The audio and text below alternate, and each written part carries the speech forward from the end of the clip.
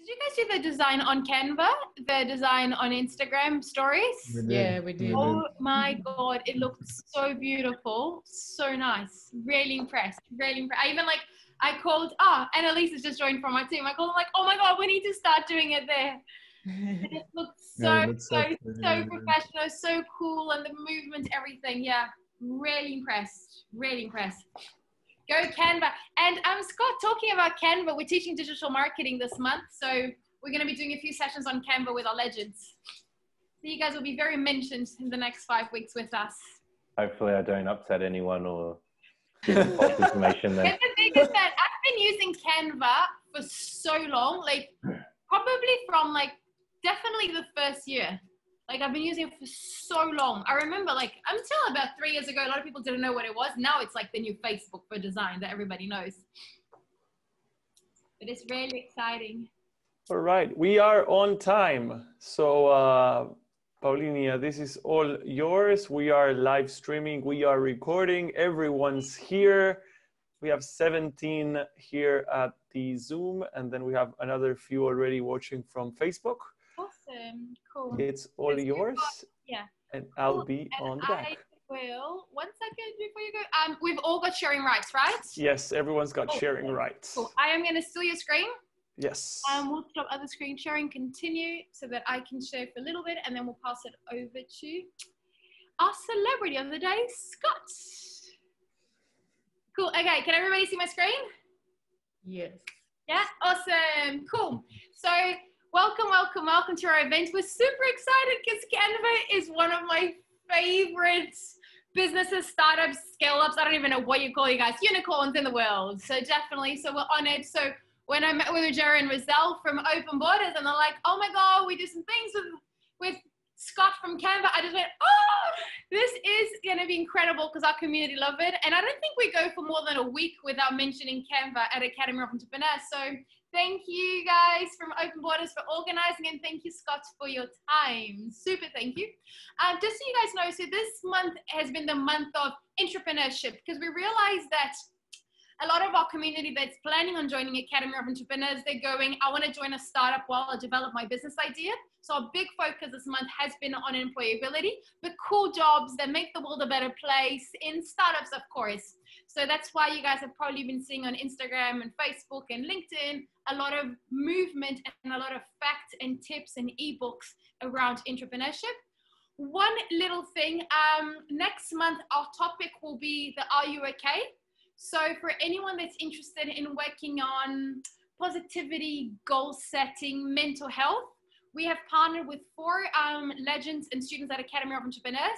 And over the 30 days of September, we're going to be building a WhatsApp group. And every day we're going to be giving 10 minutes of activities from meditation to goal setting to understanding what's the full moon happening so we can all be in more balance with ourselves and make ourselves more than okay, make ourselves extraordinary and happy. So please send us a message on Facebook, Instagram, and all we need is your WhatsApp. And we're just doing this as a gift to the world. So anyone from anywhere around the world can join us. But let's talk about the most important thing of today, which is how do I get a job in a startup? So we know that this year has been a year of a lot of changes, but startups has been everybody's like full focus. Everybody's always dreamt of working in a startup. The amount of people that message me on Instagram and Facebook and going, my dream is to work in a startup. And a lot of them have jobs already, but everybody wants to be a part of a fast-paced environment that's making a change with no hierarchy, lots of technology and lots of cool people wearing cool clothes, not too formal and stressed. So we're really excited to have Scott from Canva sharing his tips. So Scott has been in the recruitment space for many years. So it's 12 or 15 years, Scott. You've been in the space for a long time, right? You make me feel old. I didn't think it was 12. I don't think it's 15, maybe 12. Okay, so it's 12, because I remember us adding it up, and it was either 12 or 15, so it's definitely 12. So he's an expert in the space, and he's always worked in the startup space. So he worked at Atlassian before and now Canva, which are the 2 most important and impactful unicorns of Australia. So we're really excited to learn from the best of the best. So thank you again, the team from Open Borders, the founders from Open Borders, for putting this event together. So just a little bit of housekeeping. So you guys can leave your camera on and off. It doesn't really matter. Just turn your microphone on mute And then at the end, you can put your microphone back on and then you can ask questions. But in the meanwhile, if any amazing question pops into your head, just put it in the chat box. And then while Scott, Ruggero, and Joselle are presenting, I'll be reading, and at the end, we will be able to answer them for you. Also, let's stay connected on social media. So the hashtag of the day is Boss Your Future, and connect with us on Facebook, LinkedIn, and Instagram. I think most of you guys are already connected with us. And connect also with Open Borders and CANVA, because they're always doing some incredible tips, and they've got beautiful, very inspirational posts for us to read. So what are we going to be doing today? So the first section will be with Scott, where he's going to be sharing his top tips. So we collected some questions from you guys, and we've built the workshop around the questions that you guys had. Then Ruggero and Joselle from Open Borders are going to be talking about how can you maximize the opportunities as an international student? What are the different tax systems? So we've got some really cool questions that they're going to be answering that are some interesting facts that we think it's very important for you guys to know to get the most of your experience in Australia. And lastly, I will be talking to you guys about just some case studies and some like boss your future entrepreneurial actions that you can take so you can win this amazing job in a startup. And then at the end, we'll be doing some Q&As. So I will now stop sharing my screen and I'll pass it on to Scott, and then I'll steal the screen back from him in about 15 to 20 minutes. So let me stop sharing. Screen is yours. Okay, let's see the seamlessness of screen sharing with Zoom. Nice. Good There we job. go. Awesome. So this is the number one tip with getting a job anywhere is to use Canva. No, that's a joke. It's really hard to find interactive ways of making jokes and knowing whether or not they make sense when you're trying to present in Zoom. So I don't have any major kind of top secret ways of doing things. If I did, I would probably be a billionaire and my life would be completely different. However, the goal of today is to try and give you some mechanisms to source the kind of lead that would then lead to finding the right job. And I think that the initial statement needs to be that all jobs in startups aren't equal, and all startups are not equal either. So when you say, I have this vision of wanting to work at a startup, maybe just caveat with one where I will get to learn and one where I will be challenged, because there's nothing worse than putting blood, sweat and tears and lots of tears into a startup that you don't feel like you're going to learn from. So when you're trying to assess who you want to invest your time into, I would suggest maybe looking at, does the product resonate with you, and do you see the scope of what they're trying to achieve being matched to your values and to what you want to do with your career? Because there's nothing worse than, you know, spending 40 to 60 hours a week on something that you really don't even understand or don't want to be a part of.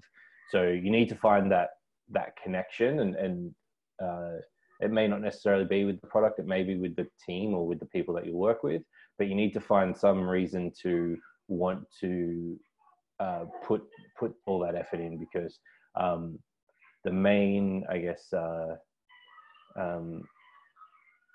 the main consideration early on is that you will work harder than you probably ever have. You'll also love it more than you ever will any other job, but there will be times when you actually scratch your head and say, why am I doing this?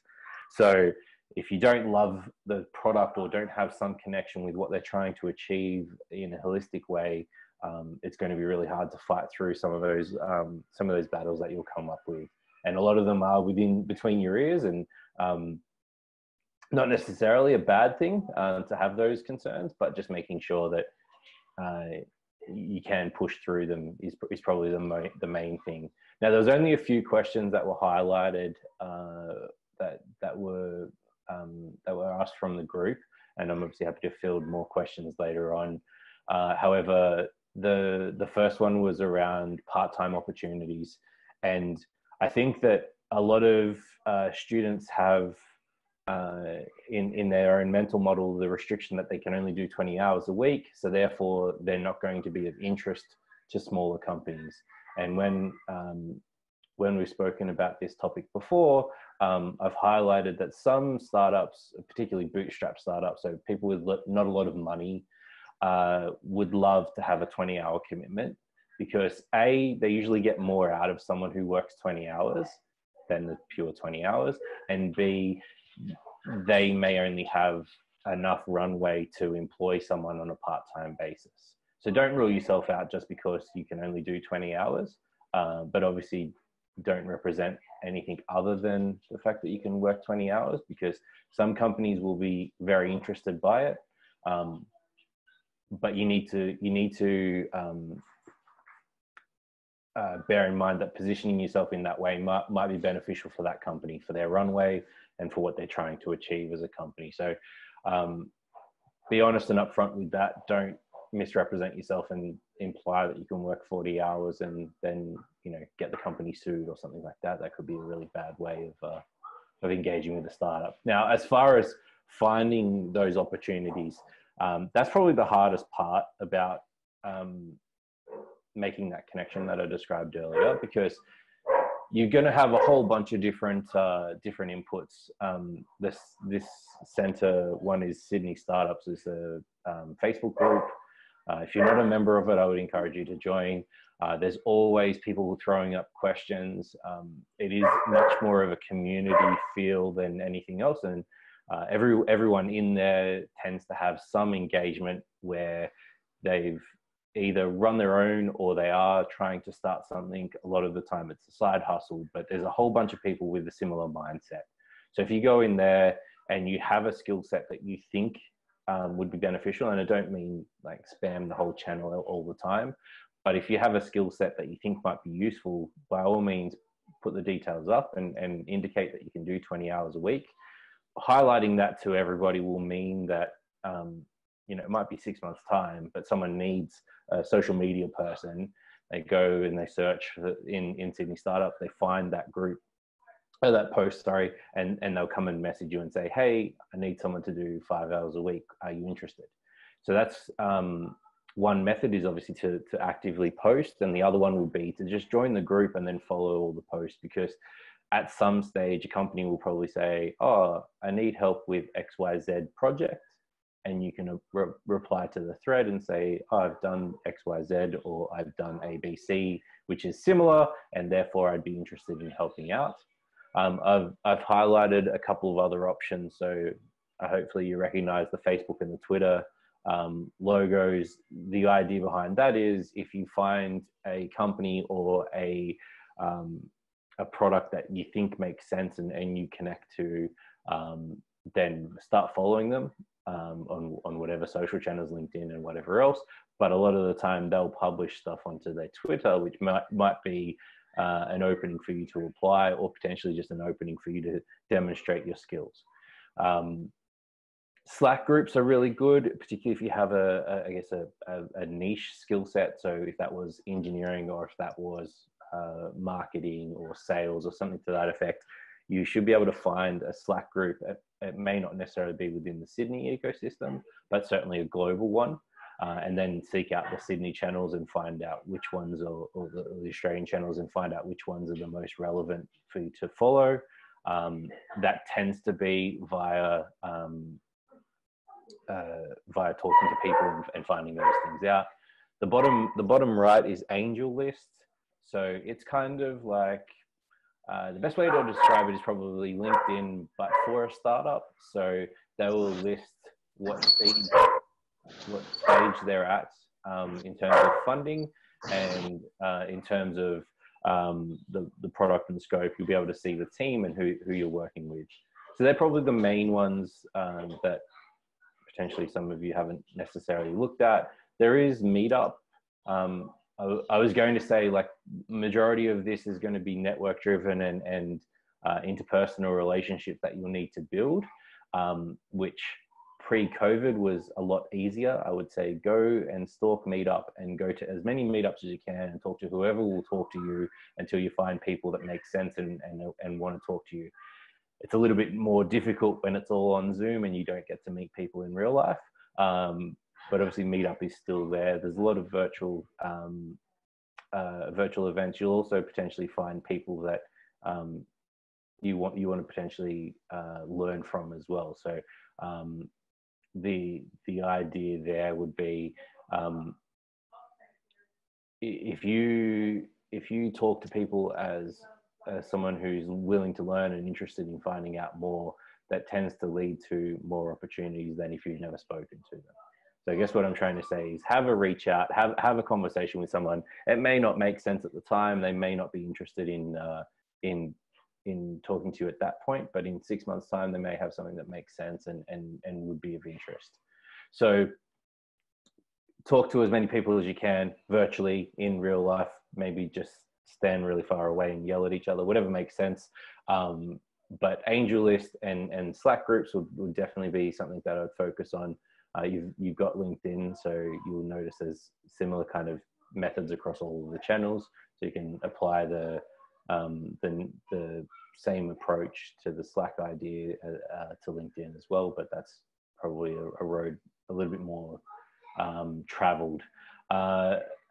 This one is kind of a really difficult question because recruiters are probably not the best representation, and for smaller companies, you're probably not going to come across a recruiter. You're probably going to talk to a founder who's hiring for the role because there's no one else in the company or no one else that wants to do recruitment. So recruiters aren't necessarily what you would ordinarily encounter for a lot of companies. A lot of the time you want to be talking to somebody in the business who can help you work out if it is suitable. Now, from a strict, what do recruiters want to see? They want to see similar skill sets and similar capabilities to what they're hiring for. You know, a lot of people see recruiters as a gate, as a blocker or a barrier for them to get into a company. In reality, most recruiters are incentivized to hire people, so it's against the whole concept of what they're trying to achieve if they say no to everybody. They actually do want to hire you. It's just whether or not they can. And so recruiters need to see something similar to what they're looking for, and that may be, for some people, acronyms and things that are very rudimentary, like Java or something to that effect. However, if you have similar projects and similar skill sets that are parallel to what this company is trying to do, highlighting that earlier on, so up the top of the CV, is definitely beneficial. I'd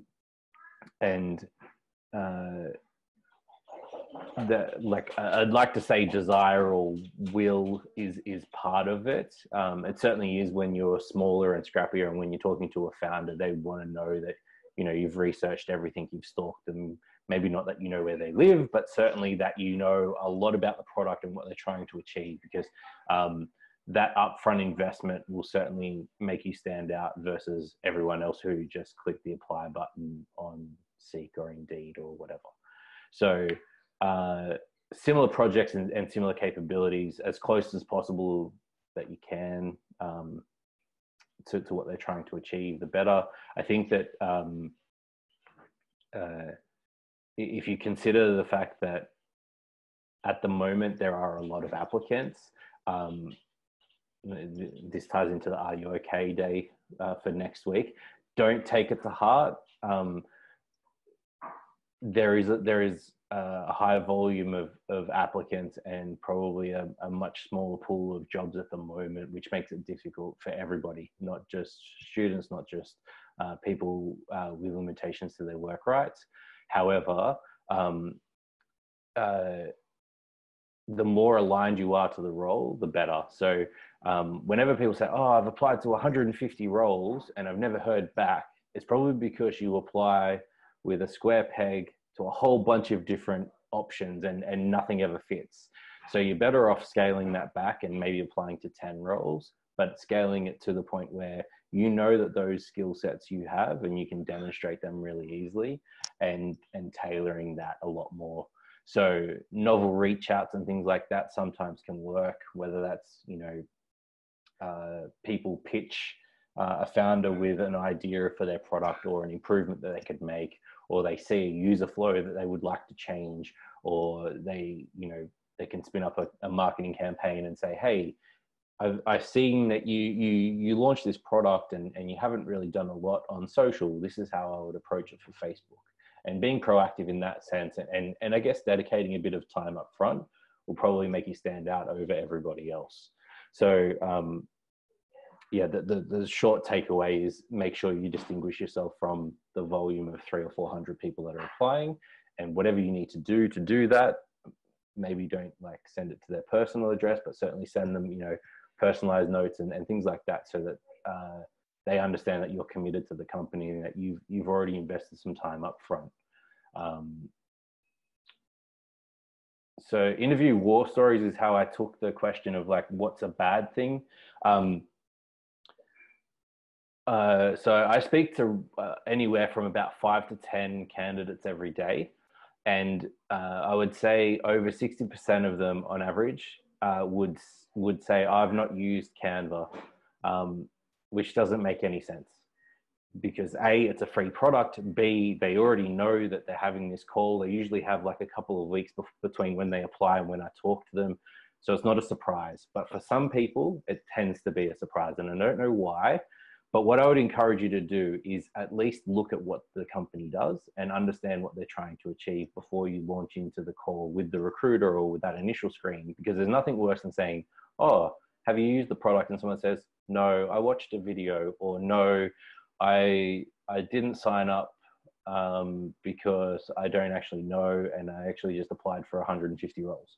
So you're definitely putting yourself in the lower end of the category of people who understand what's going on and people who don't. So the closer to this, you know, I understand what I'm trying to achieve and I can see where I could fit in with the business and things like that, the better.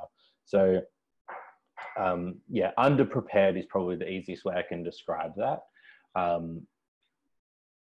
And that's people with a lot of experience still come to the table, not even looking at the product or not even understanding what we're trying to achieve. And it's quite easy because you can literally type Canva and click news and you'll find a bunch of information, or just play with the product. So that would be my main suggestion, is come to the table with an educated understanding of what's going on and why you want to be a part of it. And that will help distinguish you between the majority and your application as well. So that was the main questions. I did see some hands raised. I'm not sure. Did we have more? Paula, did you want to jump into questions now, or did you want to catch them at the end? Or I haven't received any questions here in the pop-up box. I did receive a really cool question on Instagram that I sent to Ruggero and Joselle. It was about, why should I get a job in a startup? Which I was very, very curious, and I thought it was an amazing, because like I can give 100 reasons why working for a startup is cooler than working in a corporate traditional business. But from your point of view, what are the benefits in working in a startup? I can give you 100 reasons why it's a bad idea for certain people as well. So I think that there's a certain time in your life and your career where if you take the conservative path, you know, you'll get to the end goal in 15 or 20 years and you'll be the boss. If you go down the potentially more risky option and go towards a startup, for example, there won't be a boss, and there'll probably be a founder that you'll work with and maybe a couple other people who understand what you're doing, but you'll probably be the subject matter expert, and you'll have to learn a whole bunch of things that you wouldn't be able to do, you wouldn't have access to, you wouldn't even get asked about, you would just be told what to do. And so I think that the opportunity becomes there's no one else in the room who knows anything more than you. So therefore you become the subject matter expert. And eventually when there is a boss, it's probably you, because you get promoted up because there's no one else who knows anything more.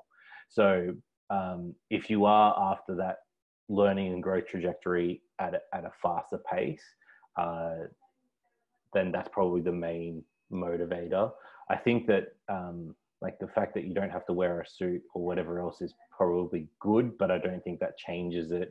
If I could find a really good company, I'd probably even wear a collar and tie, but that's the, you know, some of the perks and the benefits. Like most people will say, oh, you've got the, you know, the beer taps and whatever else, but that's not why people want to stay there. They want to stay there because of the challenges and the types of opportunities that they get to gain and advance their career, which generally aren't available to you in a more hierarchical organization. And also you've got this other kind of scale piece, which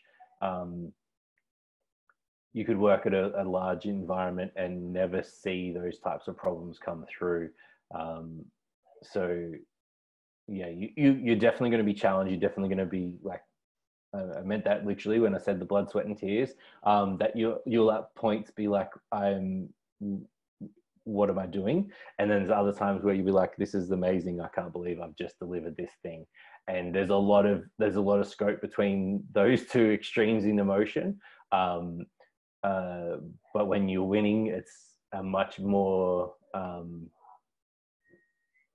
it's a much more personal achievement in a smaller environment than in a bigger environment. You know, your boss's boss usually gets the credit, even if you delivered the whole project. So, with that comes a lot more scrutiny because you're the only person holding the bag if it fails as well. But I think that the advantages and the learning growth opportunities are much more extreme, but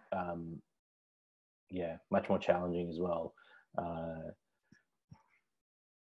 I think you have to have a certain type of personality to want to do it though. So it's certainly not for everybody. And there are people that would much prefer to know that if they do X, Y, Z, they get their 3% pay rise at the end of the year. And, then they're quite stable, and comparatively, quite a few startups have hit the wall, not necessarily in Australia, but globally, because they weren't as sustainable. And so if that's anything to go by and that scares you, then now may not be the right time for you. But it's definitely more interesting. It keeps you alive, if that's the easiest way to answer it. And everybody's learning every day, and I think it's so cool. Like, I was involved in some government projects this year, and I walk into the office and I could see like people gossiping in the back of each other, like, oh, this person hasn't done this. Like, that in the startup world doesn't work. Like, if your colleague hasn't done, you just develop the skill. Like this morning, we had our academic and innovation manager jumping in and like giving us tips on marketing. And I just went, whoa. And like, that would have never happened because he was working in a public listed company before. That would have never happened. He would have never felt the need or felt that his idea was important or be able to actually implement, because these ideas were actually genius in the marketing meeting this morning. So I love that part. Another thing that I've seen with a few of our legends that have joined startups is they ended up getting shares in the business. So sometimes you work longer hours. So on a student visa, you can only work 20 hours, but you're just putting so much energy and you're continuously sending your boss extra links out of work hours. So you're still thinking about it 24 hours. And they were able to grow with the business, which I think is really cool as well. I personally think there's a million reasons why working in a startup is better, but it's what you said, it really comes down to your personality. Like the idea of having a boss, I mean, I'd rather die than have a boss that is not aligned to my values and doesn't promote my creativity. So, but other people like being told what to do. Cool. So, guys, are we ready for the next part of the presentation with Ruggero and Joselle? Are we ready? Yeah? Yes. Cool. Thank you, Scott. This is so interesting, and I 100% agree with everything what you're saying. Cool, guys. Do you want to share the screen, or do you want me to click on it for you? Because I can click on it because I know the slides inside out that you guys are doing. Do you want me to click? It can be. Yeah. Cool. I will share the screen, and I'll click for us. Thank you. Cool. Well, thank you very much for. And stay with us, Scott, because I'm sure a few questions will pop up at the end. So now we have Ruggero and Joselle, who are the co-founders of Open Borders, that are dear friends and dear partners of Academy Entrepreneurs that represent centers international students and help us grow our movement around the world. So question one that we received: what are the pros and cons of working a fixed part-time and an ABN? Because there's more and more a trend. And actually, I did a TV interview last week and they asked me to get some stats on Australia. Out of the 25 million people that work in Australia, that live in Australia, 12 million have an active tax file number, which means that they work. And out of those, 2.9 million have an ABN. That's like almost 25% of the Australian population. So I think that's an amazing question. So guys, what is the answer to the question? So I'm going to be taking that question. Well, speaking from a tax perspective, at the end of the day, if you're working as an individual, whether you're an employee or contractor, you're going to be paying the same tax rate on whatever earnings you make. The same way you have the same tax obligation at the end of every year. And if you're an international student, whether you're a contractor or an employee, you still have a condition of working a maximum of 20 hours per week. But at the same time, each has its own advantage and disadvantage. So first, being a contractor has a lot of flexibility. You are your own boss. Basically, you're running your own business as a sole trader. So you can work anytime you want, anywhere you want, but of course, in the constructs of the contract that you have with the company or the business you're working with. The second one is you have a lot of opportunity to have more experience without the need to commit to a single company. So you're not locked into one company, so you get more projects and more opportunities to learn in different types of environments. And lastly, in general, being a contractor has a higher rate of pay because you wouldn't have the same entitlements as an employee would, like sick leave or annual leave, long service leave, superannuation. So generally, you can get paid around 20% more compared to an employee.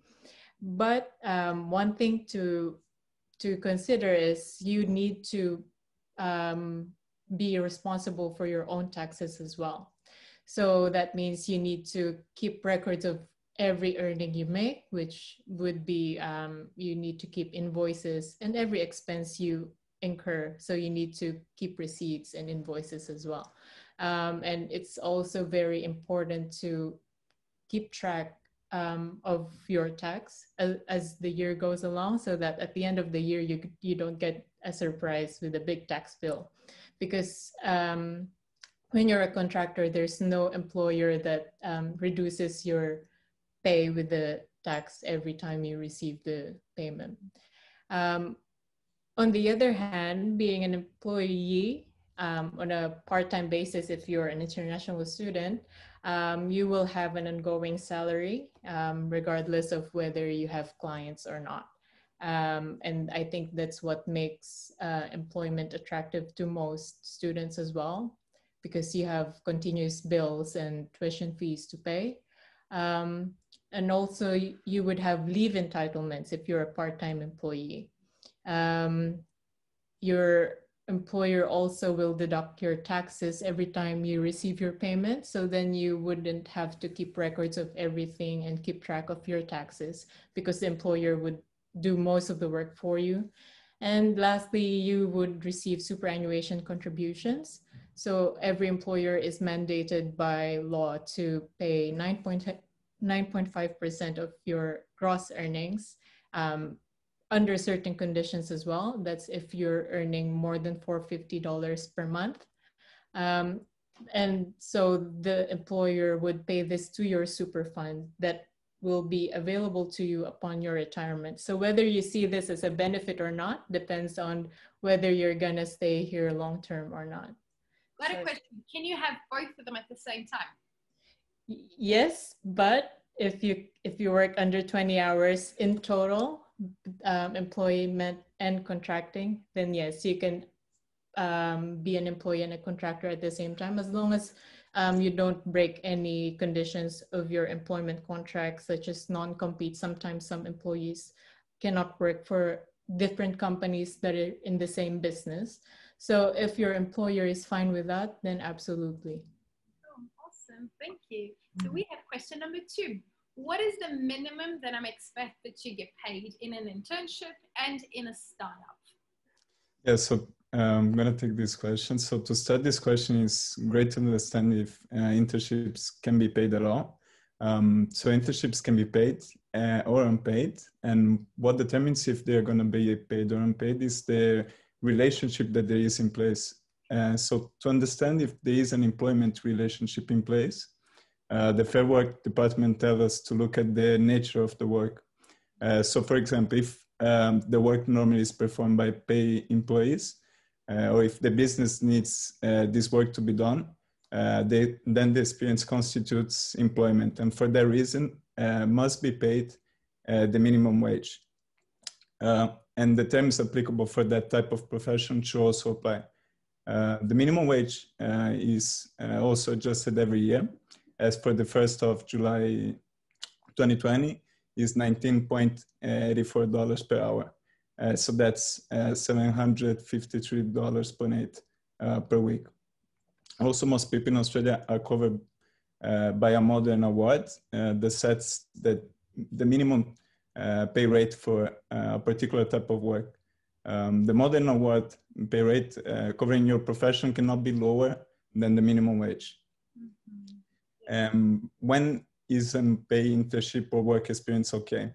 So unpaid work experiences or internships can be okay if you're a student, if you're a student with a vocational placement. So for example, if you're doing a 3 months work experience organized by the college or the university, and the placement counts as credit towards finishing your course, then that's allowed, and it is allowed for you to work without being paid. If there is an employment, linked to what they're studying, right? Because I know that a lot of students have been abused. Exactly. So they're actually working there, and it's not even linked to what they're studying. Scott will know a lot about this because I'm sure a lot of people ask him that question as well. Yeah, exactly. So that's the point. It needs to be, it needs to count towards the end of the course. So as credits towards the end of the completion of your course. It cannot be any experience and not related to the subject, let's say. Also, if there is no employment relationship, then the work can also be unpaid, where the work involves just meaningful learning instead of productive work for the company. So that means when the employee is actually learning and not doing a job that should be done by another employee in the company for the benefit of this company in particular. Or if it is an unpaid trial. So where the skill demonstration is used by the employer to understand if you're suitable for the job. So for example, hospitality, it's a big one for in this sense.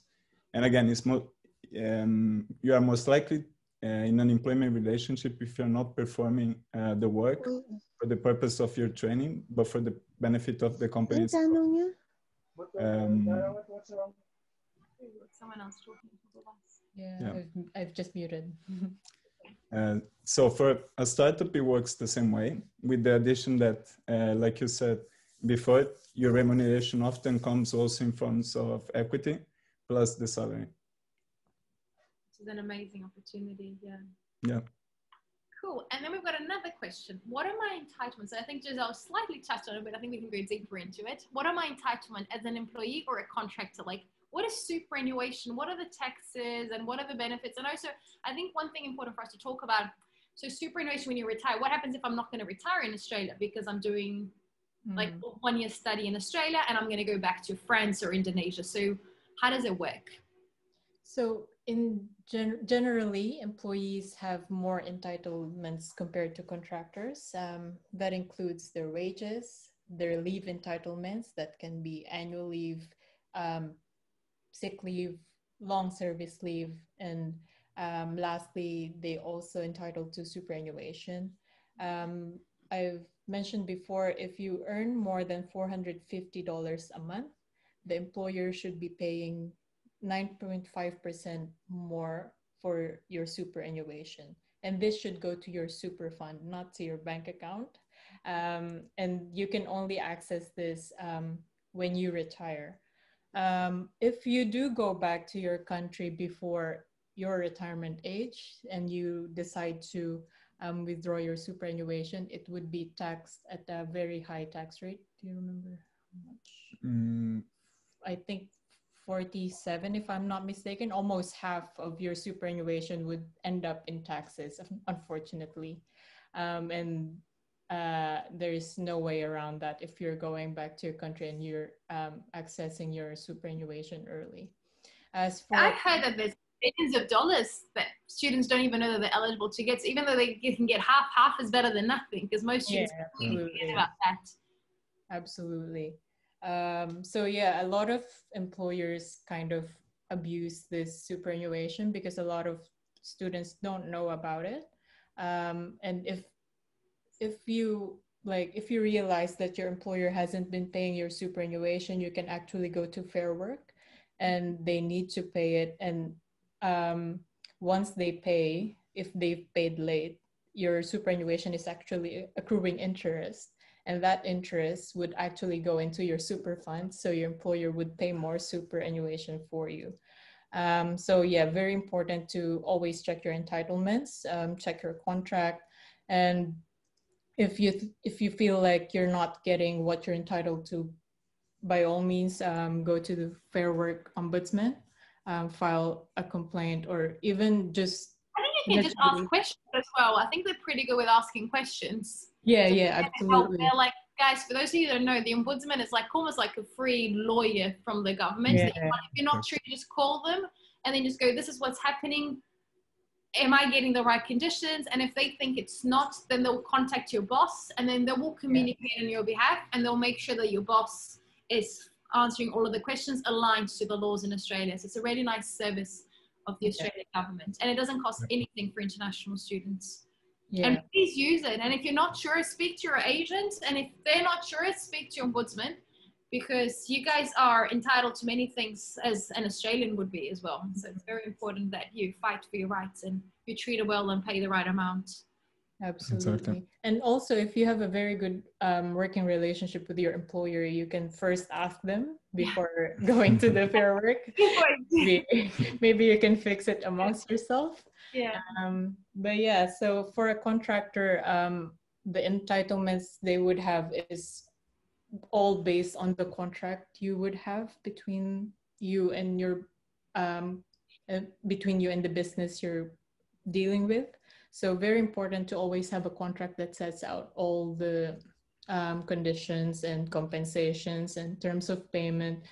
Even the number of days that you would get paid is very important, because when the time comes that you're collecting or they haven't been paying you, then at least you have this piece of paper that they've signed and they are legally bound to actually compensate you for your services. So yeah.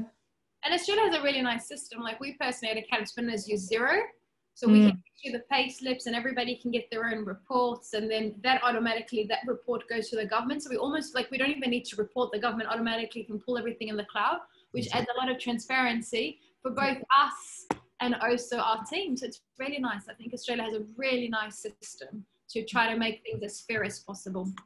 Absolutely. Cool. So now I'm going to be talking to you guys a little bit about the entrepreneurship attitude that you guys need to have to succeed. So I wanted to just first talk about your social media and online presence, the Boss Your Future, and how you can be prepared, very much aligned to what Scott was talking about. And I wanted to share a couple of case studies with you guys.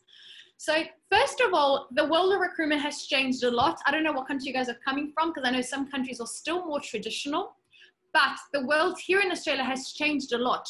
So like even startup founders or recruiters, they're not looking at every line in your resume. They are actually, before, I don't know about you, Scott, but we at Academy Spinners, we super look at everybody's social media presence, because there's no point of them writing a beautiful cover letter saying that they're aligned to the values, not mentioning our values, and then we go into the social media and we see them doing something that is completely not aligned, that we don't want to have our business associated with. So I know that I've seen a lot of students going, oh, but that's my personal life. Like if I have someone joining the Academy Spinners team, I care about what personal lifestyle they have, because I don't want them doing anything that can damage. Because once it goes on social media, it can stay there forever and it can super damage us. So please be careful in what you post on social media. Try to make all of them very professional. So LinkedIn is one of the most powerful tools here in Australia. So I have heard, I don't know if this is still updated, but I heard about a year ago that Australia was the biggest, like per population, the biggest consumer of LinkedIn. So we had more people in LinkedIn, according to the population of Australia, than any other country in the world. So LinkedIn has 575 million users right now. 96% of recruiters use it. Most businesses professionals in Australia use it. So we use it to talk to each other.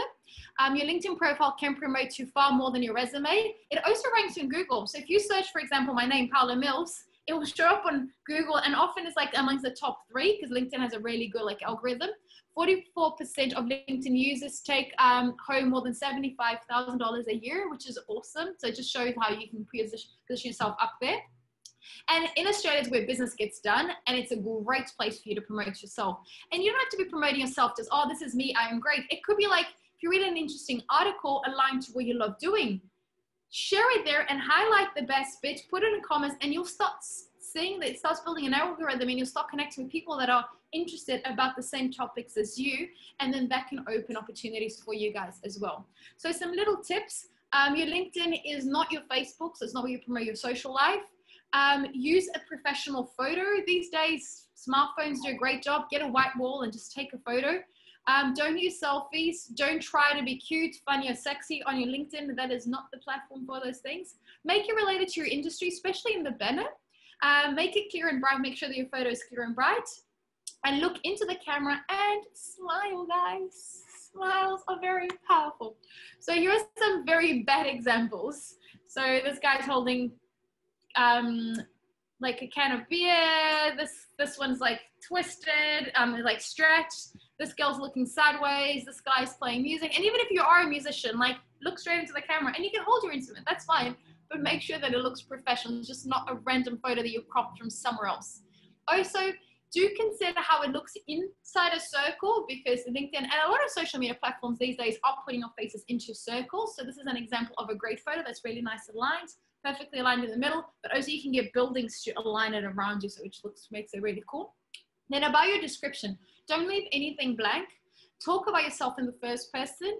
You can include media at the bottom. So you can put, so if you, I don't know if you've ever done like, I don't know, a YouTube presentation, or if you've posted, I don't know, a flyer, you can upload the media linked to the position that you're promoting that you've had.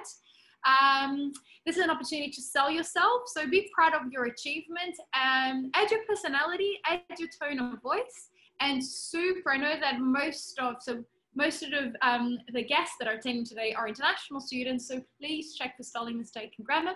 And if your English is not your first language, just get your neighbor, get a friend, get someone that speaks English to do it for you. Another thing that I personally think is always important is having a nice banner, because it just makes it easy for you to understand, because we see so many, and we're so visual, and we see so many things around the world. So I think a banner really makes you stand out. Now let's talk about your experience. Describe, so my suggestion is put your title, and a lot of people will describe what that title, so I was a marketing manager. It's just like, it's kind of like if you're a digital marketing manager, like it's kind of obvious what you were doing, but talk about what the company does, because you can then apply for a job within the same industry in another country, and that opens your opportunities. One thing that I love that I learned here in Australia, which is not very big overseas, is list your top achievements. So put maybe the job title, what the company does, and the top 3 things that you achieved, and put percentages, put numbers to make it very easy for people to skim through and understand. This is an example of, this is a friend of ours. So he's put his title, responsibility, and his achievement. So achievements is really big, and keep it down to 3. I think that's always nice. Then another thing which is very aligned to what Scott was talking about is do your research. Even if you're applying for a job in a restaurant, like visit the websites. Research if it's going to be like a professional job. Add the interviewee or your future boss in LinkedIn. Like, we love it. Every time I'm going to interview someone and I can see they've checked my profile and they added me, I'm like, this is nice. And then it gives me an opportunity also to connect with them. And maybe they don't get hired for that position, but maybe 2 weeks later, we've got another position that's more for them. Check the media coverage. So go and Google and see if they've been featured anything and mention in the interview.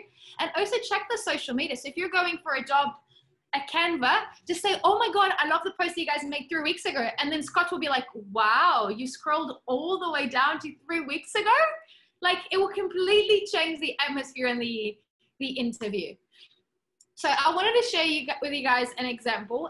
When I was building Academy of Entrepreneurs, we were building our first team over in the Philippines because we needed a lot of people that were creative, and the Filipinos are so creative and they're so kind, and they're so incredible to work with.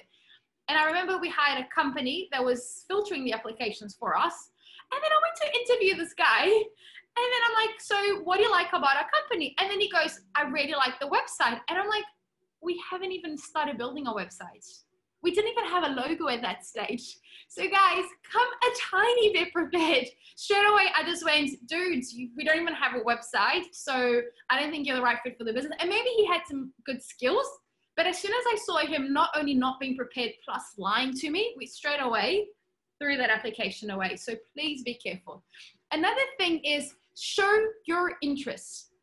So I had an incredible experience. About maybe 3 or 4 months after I launched Academy of Entrepreneurs, we weren't ready to hire an operations director. We didn't have the budget because they were $250,000 and we were just a startup starting up. But this person contacted us, and he was contacting us probably a year too early, but he contacted me on LinkedIn, Instagram, Facebook, and somewhere else, an email. And he sent the same message on all 4 platforms within 24 hours. So the first one that I looked at, I'm just like, we're not ready to hire you. We don't have the budget. The second one, I'm like, oh, I remember seeing the name. By the 4th time within 24 hours that I saw the same person contacting me, I just picked up the phone and then said, very interested in having a coffee with you. I'll be honest, we don't have the budget for you, but very interested. We interviewed him. He was incredible. We're super connected. And on the same day, we gave him the position.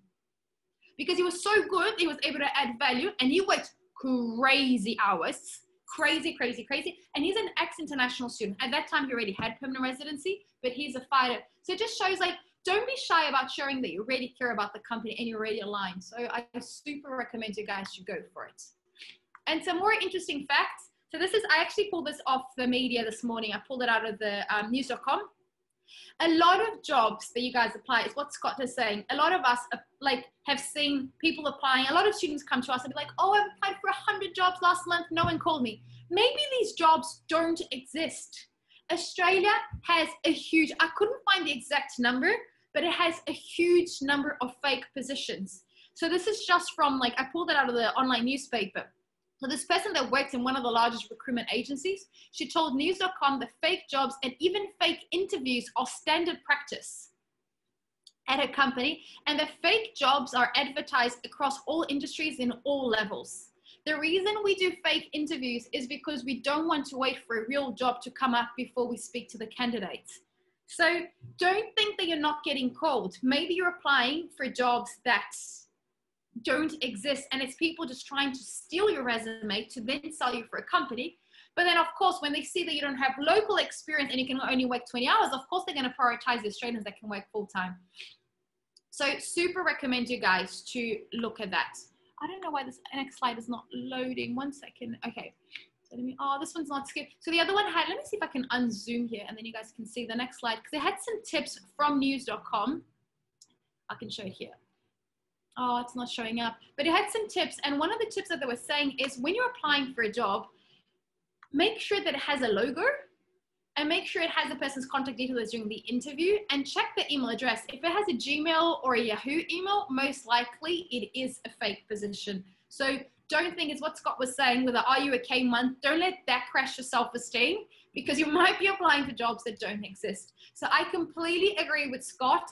Go out there, network, and word of mouth. Facebook groups as well are very helpful, but you need to talk to people, share your skills, and just connect with as many people as possible, because there are jobs out there. We've seen that at Academy of Entrepreneurs. 100% of our international students have found jobs during COVID. So we were checking the media last week. 61% of international students have lost their job during COVID.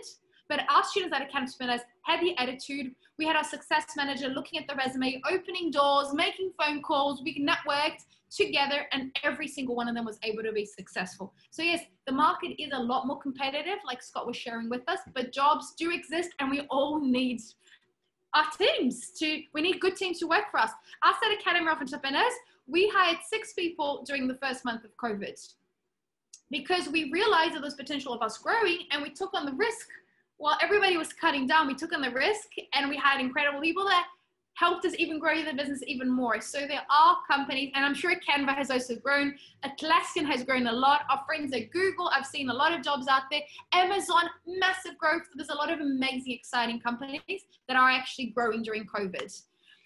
So guys, we created this ebook. We've posted it on social media. It's a 64-page ebook with tips on how you can get a job in Australia where to go, and it goes more in detail with like some facts on how to do your cover letter and so forth. So if you want it, it's absolutely free. So send us an email to info@aestudy.com, and then Annalise, that is on this chat with us today, she will be able to share it with you guys. And one last announcement. A week from today, we're doing an incredible presentation with Google around communication, because we know that a lot of international students have difficulties communicating because they're not used to communicating in the English environment. But I've seen even our British students at Academy of Entrepreneurs finding that the way you communicate and the way you behave in an interview, in a business deal, is different in Australia to other countries. So we've partnered with 2 organizations at Google, Ola, which looks after the Latin American community, and BGN, which is the Black Googler Network. So it's going to be a really cool event that we're doing. It's from 4:30 until 6 p.m. So sign up, and then you guys will get, you have to answer, I think, 3 questions, and then we'll send that information to Google. And then a day before the event is going to happen, you guys are going to get into your email the link so you guys can attend it.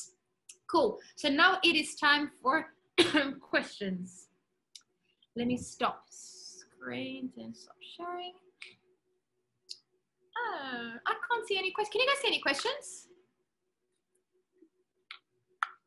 Maybe we spoke too much. We gave them all of the tips. Cool, guys. So if you guys don't have any questions, contact, first I think thing is connect with Scott, Ruggero, and Joselle and myself on LinkedIn. I think that's a great first step. Attend many more of our networking events. So we're all doing networking events almost like we do at Academy at least once a week, but I think Open Borders does at least once a month an amazing event to add value. And you never know, maybe you are talking to an international student next to you that his boss or her boss is looking for someone. So network, network, network. And don't let the online world stop you, because you can work online, you can work from anywhere around the world, and also online you can network with people. So right now, if you're here on this chat, you can put your LinkedIn and everybody can add you straight away. So I can see that Jamie sent us a message around COEs. Jamie, I can see you sent us a message around COEs. Is there a question that you want to ask us? Do you want to maybe turn on your camera? Okay, I don't think so. So send us a question on Instagram, Facebook, or LinkedIn, and then we'll be able to answer that for you, Jenny. Any last words, Scott, Ruggero, Joselle? Any last words?